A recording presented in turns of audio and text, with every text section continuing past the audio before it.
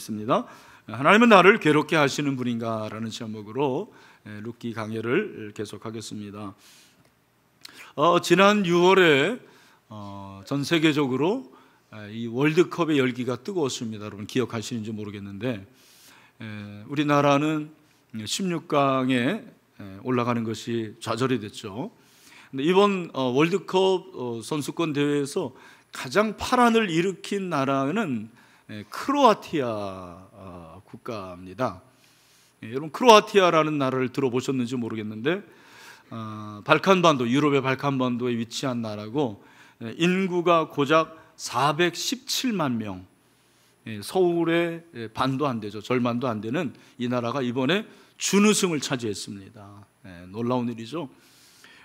그 준우승을 차지한 후에 자기 고국으로 돌아갔는데 카퍼레이드를 벌이고 그야말로 금이 환영을 하는 엄청난 축제가 열리게 됐습니다. 여러분 여기 사진이 나오는데 정말 엄청난 열기 그리고 축하와 더불어서 많은 사람들이 정말 기쁨과 감격으로 이렇게 넘쳐서 축제가 되었던 것 같습니다.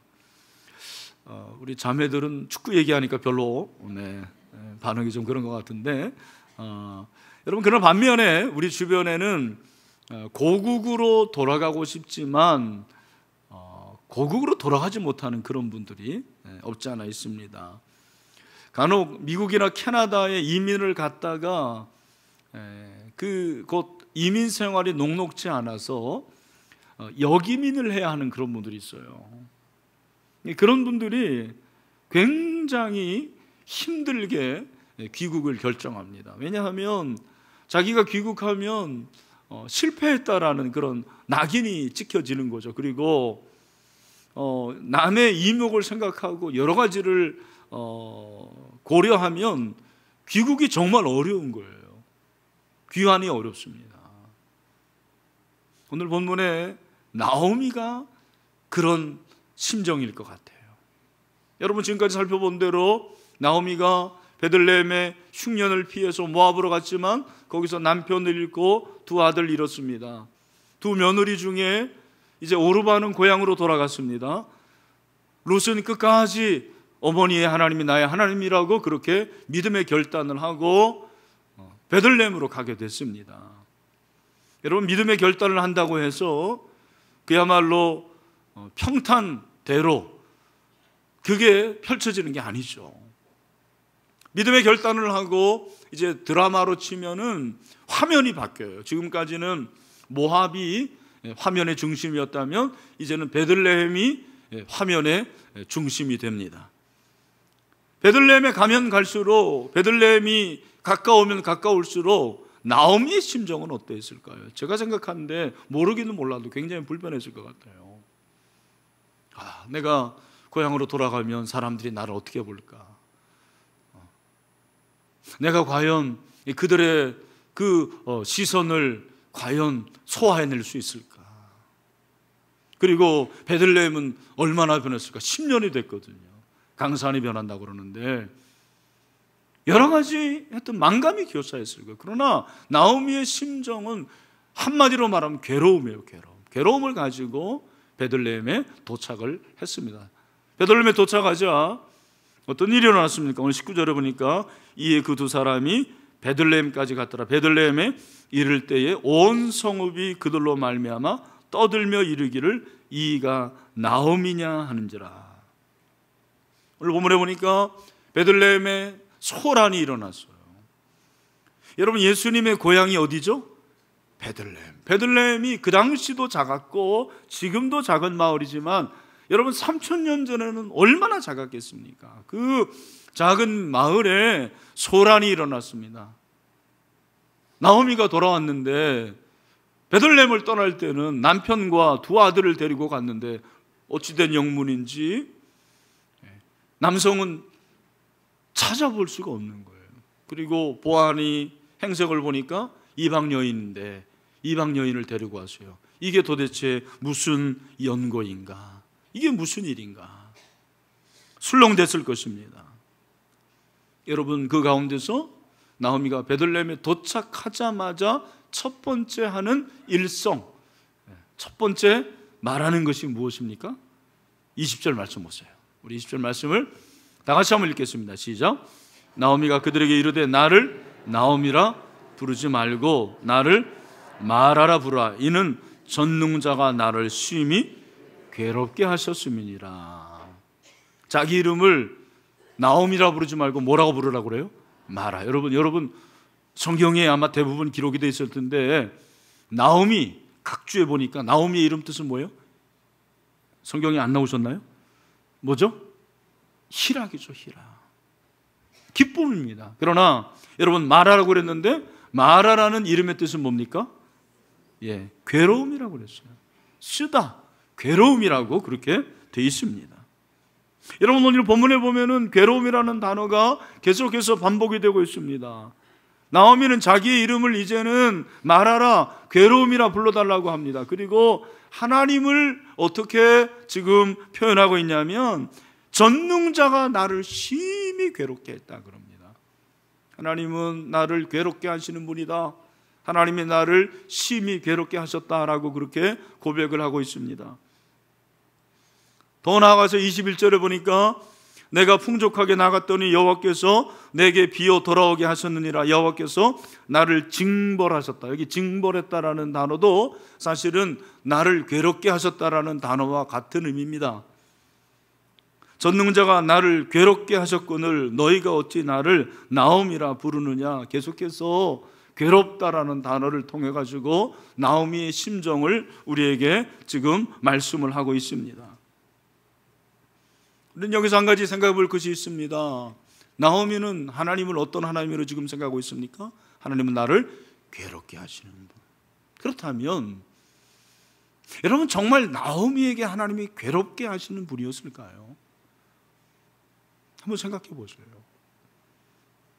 하나님이 정말 나오미가 밉고 베들레헴을 떠났기 때문에 그게 괘씸해서 하나님께서 그렇게 징벌을 내리시고 하나님께서 나오미가 괴로워하는 것을 기뻐하시는 그런 하나님이었을까요? 여러분 스스로 대답을 한번 해보시길 바랍니다. 저는 이 질문을 저와 여러분의 삶에 적용한다면 오늘도 마찬가지로 생각을 해요. 아마 이 자리에 그렇게 삶이 녹록지 않고 정말 힘들고 괴로워서 하나님 왜 이렇게 나를 괴롭히십니까? 우리 가정을 괴롭히십니까? 라고 생각하는 마음으로 이 예배에 참석하는 분들이 분명히 있을 거예요. 제가 설교를 준비하면서 또 이 강대상에 앉아 있으면서 그런 분들의 얼굴이 떠올라요. 근데 여러분 저는 그런 분들에게도 한번 묻고 싶습니다. 정말 하나님이 당신을 괴롭게 했습니까? 하나님은 당신을 괴롭게 하시는 분입니까? 근데 여러분 여기서 한 가지 참 아이러니한 사실을 하나 발견합니다. 그건 무엇이냐면 나오미의 하나님은 나를 괴롭게 하시는 하나님이라고 그렇게 계속해서 고백하고 있는데 그 고백 가운데서도 나오미의 어떤 마음 한켠에 있는 뭔가를 우리가 발견하게 돼요. 그것이 뭡니까? 오늘 본문을 다시 보면 21절에 내가 풍족하게 나갔더니 여호와께서 내게 비어 돌아오게 하셨느니라. 돌아오게 하시는 분이 누구라는 거예요? 하나님입니다. 하나님이 나를 돌아오게 하셨다라고 그렇게 말하고 있습니다. 그러면서 전능자가 나를 괴롭게 하셨거늘 너희가 어찌 나를 나오미라 부르느냐. 나오미가 하나님을 부르는데 전능자라고 불러요. 이게 바로 엘 샤다이, 전능하신 하나님, 모든 것을 하시는 하나님이라고 부르고 있습니다. 여러분 나오미에게 하나님은 자신의 인생을 텅 비게 만들고 괴롭게 하시는 그런 하나님이었어요. 그렇게 생각을 했어요. 그러나 또 한편 나오미에게 하나님은 자기에게 새로운 희망을 불어넣으시고 고향으로 돌아오게 하시는 하나님이라는 그런 믿음이 있었어요. 저는 이것이 큰 믿음이라고 생각하지는 않습니다. 작은 믿음이었어요. 근데 하나님은 나오미의 큰 괴로움에 관심이 있는 것이 아니고 나오미의 작은 믿음에 관심이 있었어요. 여러분, 우리가 이 본문을 보면서 저는 그런 생각을 했습니다. 이것이 바로 내 모습이겠구나, 그런 생각이 들었습니다. 이것이 바로 우리 성도들의 모습이겠구나. 한편으로는 상황을 보고 그리고 현실을 보면 하나님이 나를 괴롭게 하시는 하나님이라는 그런 불평과 원망이 없지 않아 있습니다. 그런 토로가 나와요. 그러나 그럼에도 불구하고 공존하는 것이 무엇이냐면 하나님에 대한 믿음이에요. 그래도 하나님이 나를 지금까지 인도하셨는데,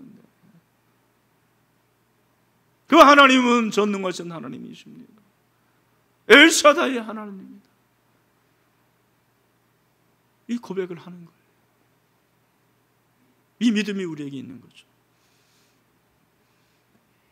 여러분, 하나님은 전능하신 하나님이십니다. 엘샤다의 하나님이십니다. 우리도 나오미처럼 하나님께 대한 그런 부정적인 생각이 들 때가 있어요. 여러분, 그것을 너무 가장하지 마세요. 내가 믿음 있는 척 그렇게 하지 마세요. 저는 심리학은 잘 모르지만 심리학에서 제가 참 귀하게 여기는 것 중에 하나는 I 메시지라는 거예요. 자꾸 우리는 당신 때문에, 너 때문에 내 인생이 이렇게 불행하다, 너 왜 그러냐라고 하지 말고 나는 내 마음이 이렇다, 당신이 이렇게 행동을 하기 때문에 나는 마음이 힘들다, 괴롭다, 아프다라는 I 메시지를 하는 것이 건강한 자아상이라는 것입니다. 저는 신앙도 마찬가지로 생각을 해요. 우리 한국교회는 너무 믿음 있는 척을 하는 거예요. 믿음도 없으면서. 그래야지 다른 사람이 나를 믿음 있다고 말해주니까. 내가 장로고 내가 목사고 내가 권사인데 이런 말을 해서는 안 되지라고 하면서 자기 자신을 자꾸 가리는 거예요. 그 위선이죠, 위선. 여러분, 예레미야 선지자를 아실 텐데 예레미야 선지자는 별명이 뭐죠? 눈물의 선지자입니다. 그 눈물의 선지자 예레미야는 왜 눈물을 흘렸냐면 자기 고국을 보면서 눈물을 흘린 거예요. 예레미야는 유다가 멸망하는 것을 처음부터 끝까지 지켜본 인물입니다. 여러분, 선지자라는 것은 그 의미가 말씀과 동등하다, 말씀의 권위와 동등하다라는 말이에요. 미리 말한다는 그런 의미가 아니에요, 사실은. 그 예레미야 선지자가 하나님의 말씀을 전하는데 백성들이 듣지는 않아요. 들어먹지는 않아요. 고집이 얼마나 센지. 근데 결국 망하죠. 망하는 가운데서 그 망하는 것을 보는 예레미야의 심정이 너무너무 괴로웠던 거예요. 근데 그 괴로운 거를 하나님 앞에 다 털어놓습니다. 그게 바로 유명한 예레미야 애가예요. 여러분 가운데 하나님이 정말 괴롭게 하시는 분이라고 생각하시는 분들은 오늘 집에 가셔서 예레미야 애가 3장을 한번 읽어보세요. 아니, 전체를 한번 읽어보세요. 특별히 예레미야 애가 3장 19절부터 보면 우리 같이 한번 읽어볼까요? 예레미야 애가 3장 19절 시작. 내 고초와 재난 곧 습과 담즙을 기억하소서. 내 마음이 그것을 기억하고 내가 낙심이 되오니. 여기까지 좀 가만히 있으세요. 네. 여러분, 여기 보면 내 고초와 재난, 한마디로 괴로움이죠. 내 괴로움이 얼마나 쓰냐면 쑥과 담즙을 비교하고 있어요. 비유죠, 이게 사실은. 여기 쑥은 우리가 먹는 소화에 좋은 쑥이 아니고 팔레스타인의 정말 아주 억세고 쓴 식물을 말하는 거예요. 그리고 여기서 말하는 담즙은 동물의 쓸개의 즙입니다. 얼마나 쓰겠습니까? 저는 개인적으로 제 얘기를 해서 죄송한데 쓴 걸 잘 먹는 사람이에요. 쓴 걸 아주 잘 먹습니다. 그렇다고 해서 앞으로 저에게 쓴 음식, 쓴 나물만 대접하지 마시길 바랍니다. 제가 이렇게 보약도 잘 먹고요, 많이 먹지는 않았습니다. 네. 그리고 약 쓴 거 되게 잘 먹었어요. 근데 하루는 제가 그 여름에 더위를 먹은 거예요. 근데 어머니가 어디서 뭘 가져와 가지고 이렇게 주시더라고요. 딱 보니까 벌써 쓸 것 같아요. 마셔보라는 거예요. 좋은 이야기래요. 제가 그걸 마셨는데 금방 뱉어버렸습니다. 너무너무 써요. 어머니 이거 뭐예요? 그랬더니 육모초야 그럽니다. 여러분 육모차 드셔보셨어요? 와, 저도 쓴 거 좋아한다고 하는 사람인데 도저히 안 들어가더라고요. 몇 번 시도하다가 안 되니까 어머니가 그러면 이때는 어떻게 해야 되죠? 뭘 먹어야 되죠? 같이? 사탕을 먹어야 돼요. 그거 동그랗게 생긴 거 있잖아요. 그거. 네? 그거 드로포스를 같이 먹으라고 그래가지고 제가 먹어서 드디어 삼켰습니다. 다 된 줄 알았는데 또 나오더라고요. 결국 못 먹었어요. 제가. 지금 한번 먹고 싶은데 지금은 먹을 수 있을 것 같은데 너무너무 쓴 거예요. 여러분, 예레미야의 심정이 어찌 육모초에 비교할 수가 있겠습니까? 그의 괴로움이라는 것은 누구에게도 말할 수 없는 거죠. 너무너무 괴로운 거죠. 근데 여러분, 믿는 사람과 믿지 않는 사람의 차이가 나옵니다. 여러분 3장 19절에 보면은 내 마음이 낙심이 되어나 그랬어요. 그러나요. 우리 다시 한번 돌아가면 3장 19절 우리 내 마음이 낙심이 되어나부터 한번 시작하겠습니다. 시작. 내가 낙심이 되어나 그 다음에 이것을 내가 내 마음에 담아두었더니 그것이 오히려 나의 소망이 되었사옴은 여호와의 인자와 긍휼이 무궁하심으로 우리가 어떻게 해요? 진멸되지 아니합니다. 할렐루야. 이것들이 언제 새롭습니까? 아침마다 새로우니 주의 성실이 크시도이다. 아멘. 여러분, 예레미야도 괴로움이 많고 예레미야가 얼마나 쓰디뜬 인생을 살았습니까? 수많은 눈물을 흘렸어요. 근데 그 눈물 가운데서 그는 여호와의 인자와 긍휼을 바라봤어요. 그에게 그의 마음의 중심에 하나님에 대한 믿음이 반드시 있었다는 것을 우리에게 말씀하고 있습니다. 여러분, 겉으로는 불평하지만 그러나 저와 여러분 속에도 이런 엘샤다이 전능자 하나님에 대한 확신과 신뢰가 생기는 이 시간이 되기를 주님의 이름으로 축원합니다. 정말 이게 중요한 거예요. 하나님은 결코 나를 괴롭게 하시는 분이 아니라 나는 이 명제에 여러분이 정말 아멘으로 확신할 수 있는 이 시간이 되기를 주님의 이름으로 축원합니다. 여러분 생각해 보세요. 하나님이 우리를 괴롭게 해서 하나님에게 무슨 유익이 있겠습니까? 하나님이 저를 괴롭게 하고 여러분을 괴롭게 할 때 하나님이 뭐가 기쁘겠습니까? 하나님은 기쁘지 않아요.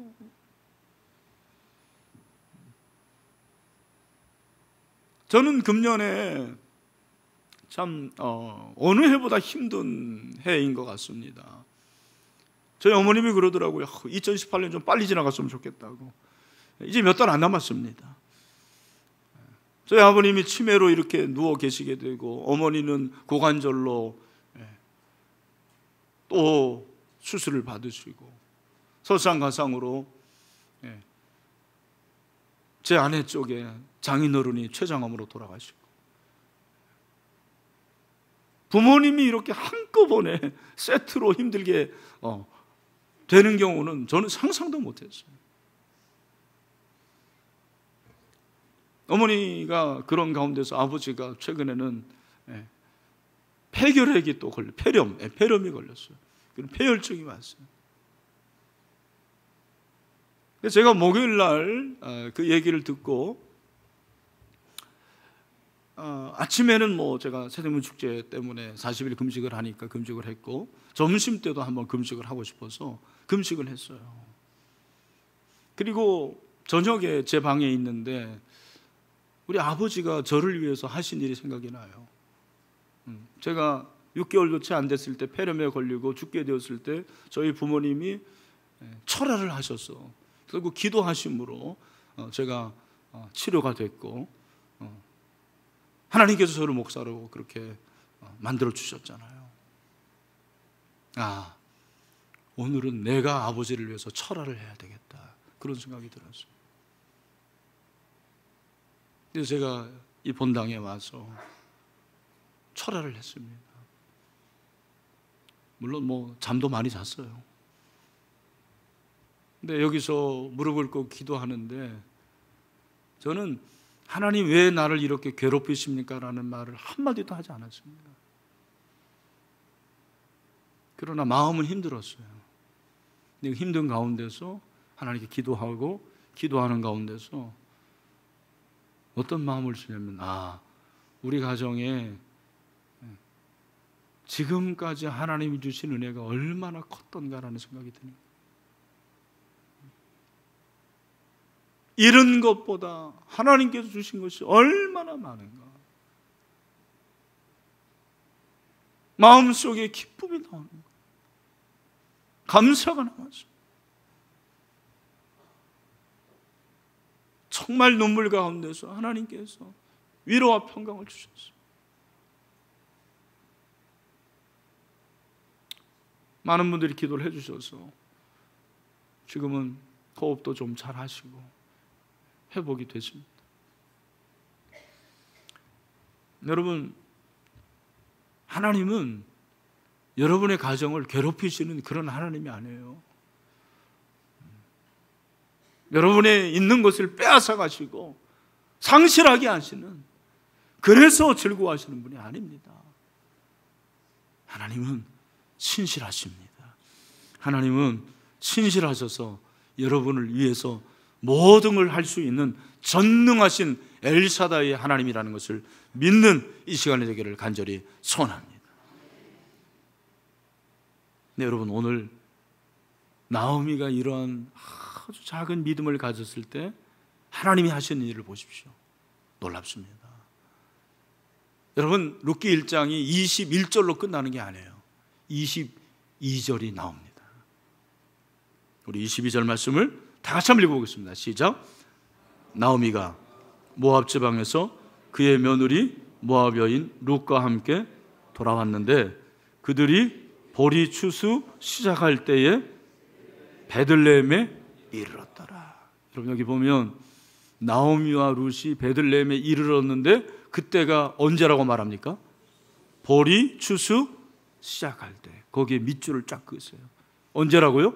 보리 추수 시작할 때. 여러분, 소설이나 드라마나 영화나 다 뭐가 있냐면 반전이라는 게 있어요. 반전이 크면 클수록 그 드라마는 아주 손에 땀을 주게 하고 그리고 감동이 큽니다. 나오미의 인생도 반전이 있었어요.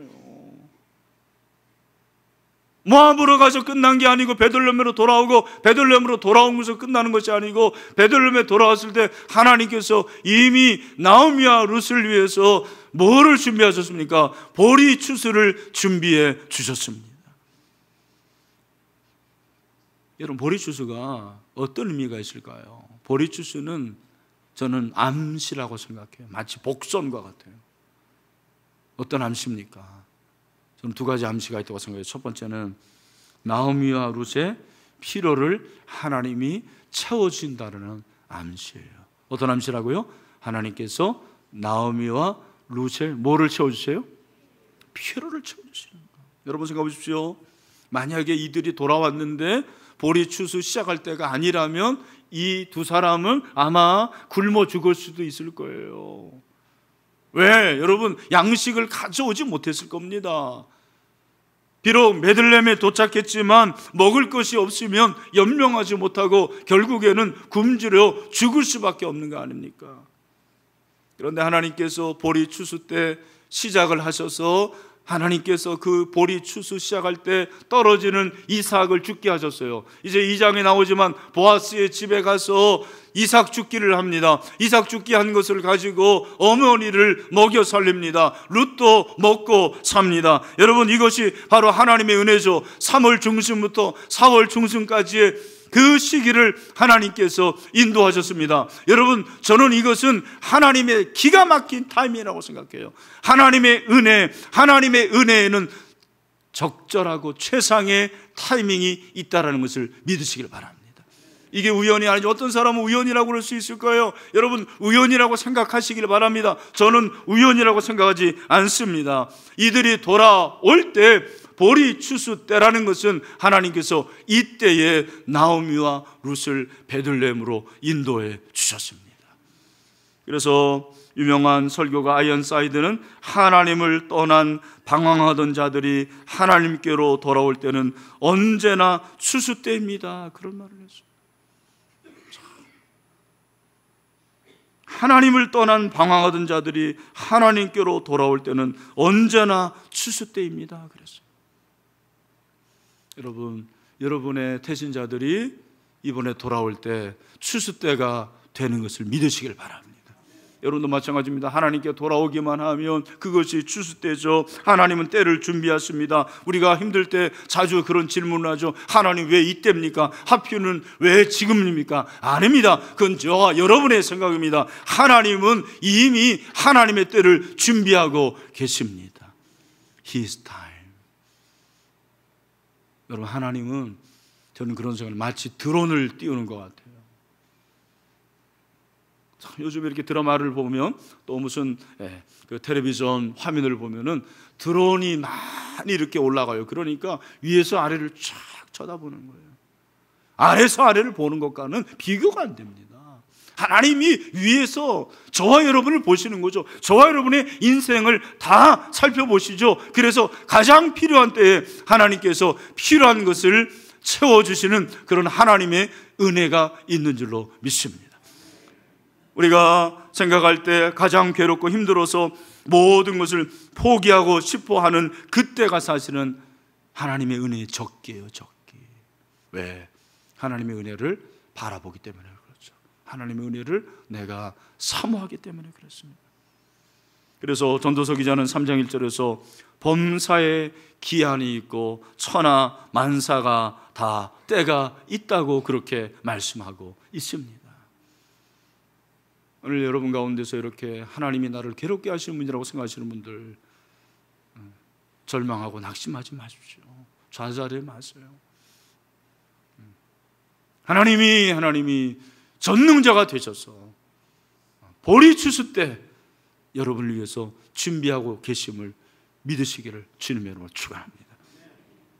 또한 보리 추수 때라는 것은 나오미와 룻의 인생의 변화를 암시하고 있어요. 나오미와 룻의 인생의 변화예요.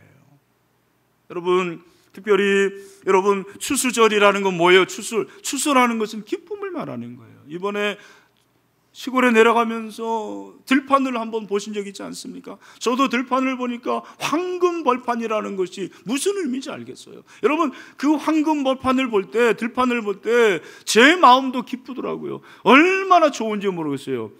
그런데 농부가 그 추수의 광경을 볼 때는 어떻겠습니까? 그 들판을 볼 때는 어떻겠습니까? 얼마나 기쁘겠습니까? 성경에서 추수는 기쁨의 때죠. 즐거움의 때입니다. 그것을 암시하고 있는 거죠. 비록 나오미의 인생이 지금까지는 괴로움이었고, 그리고 텅 빈 인생이었고, 뿐만 아니라 어두운 인생이었습니다. 그러나 하나님께서 보리 추수 때에 그들을 인도하셨다는 것은 하나님이 룻의 인생을 변화시킨다라는 암시를 해주고 있는 거죠. 기쁨으로, 풍성함으로 변화될 것을 예고하고 있습니다. 괴로움이 기쁨으로 바꿀 것을 예고하고 있는 예고편이라고 생각해요. 사실 마라나는 이 단어는 이미 출애굽기에 사용된 유명한 단어입니다. 여러분 아실 겁니다. 이스라엘 백성들이 출애굽했을 때 그 기쁨이라는 것은 정말 뭐라고 표현할 수가 없었어요. 근데 그들이 출애굽을 하자마자 그들 앞에 닥친 괴로움이라는 것은 홍해였습니다. 그 홍해를 그냥 바다를 가로질러 가지고 건너게 하시는 하나님의 위대한 역사를 경험하는 거예요. 그랬을 때 그 기쁨 말하는 것은 정말 놀랍습니다. 그래서 미리암이 그냥 기뻐가지고 하나님께 찬양하고 소거를 치고 하나님 놀랐습니다. 그렇게 하나님의 이름을 높이지 않습니까? 그런데 웬걸 그렇게 홍해를 건너자마자 그들에게 또 다가온 것은 광야였습니다. 광야라는 것은 바람만 있고 모래만 있었습니다. 먹을 것이 없어요. 우리가 애굽에서 있었을 때는 수박도 있었고 마늘도 있었고 부추도 있었고 얼마나 좋으냐. 건강식 생겼습니다. 없어요. 마실 물이 없습니다. 여러분, 그들이 겨우 오아시스에 도착해서 물을 마셨는데 그 물이 너무 썼습니다. 쓰니까 어쩔 수가 없어요. 원망합니다. 불평합니다. 이스라엘 백성들의 특기가 뭐예요? 주특기가 원망하고 불평하는 거잖아요. 그랬을 때 모세가 바위를 칩니다. 거기서 물이 나와요. 그 물을 마십니다. 그게 아니죠. 그게 끝이 아닙니다. 조금 지나가 보니까 27절에 보니까 그들이 엘림에 이르니 거기에 물샘 12과 종려나무 70그루가 있는지라 거기서 그들이 그 물 곁에 장막을 치니라. 조금 더 지나가니까 엘림이라는 곳이 나왔는데 그 엘림에는 종려나무 70주가 있었고 그리고 그 물이 얼마나 풍성한지 그들이 거기서 장막을 쳤어요. 조금 가면 되는데 조금 참으면 되는데 그걸 참지 못하고 원망하고 불평하죠. 여러분, 이것이 우리의 인생 아닙니까? 하나님이 우리 인생을 어떻게 변화시켜 줄지 모르는데 자꾸 우리는 그냥 현재 있는 것 때문에 그렇게 하나님 앞에 토로하고 하소연하는 것으로 끝나는 것입니다. 저는 이렇게 목회를 하면서 우리 선교사님들을 통해서 배울 때가 참 많아요. 이번에도 우리 신여수와 윤사랑 선교사를 저희 가정에 이렇게 초대해서 식사를 하면서 간증을 하는 거예요. 그분들이 첫 번째 간증은 신일교회처럼 좋은 교회가 없다라는 거죠. 성도들이 그렇게 섬겨주고 어떤 분들은 뭐 집을 내주고 차를 내주고 어떤 분들은 뭐 식사 대접 그리고 필요한 자녀들 장학금도 주고 제가 모르는 가운데 참 많이 섬기더라고요. 근데 여러분, 신여수 윤사랑 선교사가 처음에 그 터키에 갔을 때 물질이 참 부족해가지고는 어떻게 아이를 그 우유를 먹일 돈도 없을 정도로 그렇게 물질이 부족했다고 그러더라고요. 근데 하나님께서 채워주시고 비자를 위해서 그 터키에 회사를 이제 우리 집사님 회사를 지사격으로 해가지고 그렇게 해서 비자를 받았는데 보험료가 100만 원이 나오는 거예요, 1년에. 근데 하나님께서 그것도 다 해결해 주시고 그러면서 이분들이 하는 얘기가 너무 감사하고 기쁘다라는 거죠. 정말 부족하고 그 열악한 환경 가운데서는 기쁨을 찾아볼 수 없을 것 같은데 정말 기쁘다고 그렇게 고백하는 것을 제가 들었습니다. 저는 이 말씀을 살펴보면서 오늘 본문의 결론을 얻게 됩니다. 그게 뭔지 아십니까? 하나님은 나를 괴롭게 하시는 분이 아니고 하나님은 나를 기쁘게 하시는 분이십니다. 그걸 저는 깨달았어요. 여러분도 그걸 믿으십니까? 하나님은 우리에게 괴로움을 주시는 분이 아니에요. 기쁨을 주세요. 그 흑인들이 영가 부르지 않습니까? 그 누가 나의 괴로움 알고 또 나의 슬픔 알까? 주밖에 누가 나의 괴로움 알까? 영광 할렐루야. 그러나 나 자주 넘어집니다. 오 주여. 나 자주 쓰러집니다. 오 주여. 우리 신앙이 그럴 때가 많아요. 쓰러질 때도 많고 넘어질 때도 많아요. 그러나 여러분, 그럼에도 불구하고 우리는 하나님에 대한 신뢰를 놓지 않습니다. 왜냐하면 하나님은 전능하신 신실하신 하나님이시기 때문입니다. 그러므로 그 하나님을 끝까지 신뢰할 수 있는 저와 여러분이 되시기를 주님의 이름으로 축원합니다. 우리 옆에 있는 분들에게 한번 그렇게 말합시다. 하나님은 당신을 괴롭히시는 분이 아니고 당신에게 기쁨을 주시는 하나님이십니다. 기억하려는지 모르겠습니다. 한번 해보시길 바랍니다.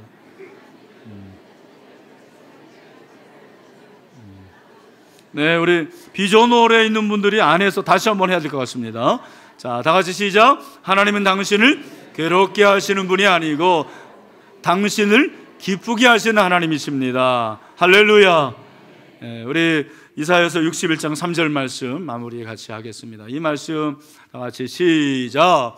무릇 시온에서 슬퍼하는 자에게 화관을 주어 그 죄를 대신하며 기쁨의 기름으로 그 슬픔을 대신하며 찬송의 옷으로 그 근심을 대신하시고 그들이 의의 나무 곧 여호와께서 심으신 그 영광을 나타낼 자라 일컬음을 받게 하리라 하심이라. 아멘. 여러분, 하나님은 나를 괴롭게 하시는 하나님이 아니고 나를 기쁘게 하시는 하나님임을 믿읍시다. 보리 추수의 때가 있음을 믿읍시다. 그 하나님을 신뢰할 수 있는 저와 여러분들 되시기를 주님의 이름으로 축원합니다. 할렐루야. 우리 다 같이 일어나겠습니다. 마지막 찬송.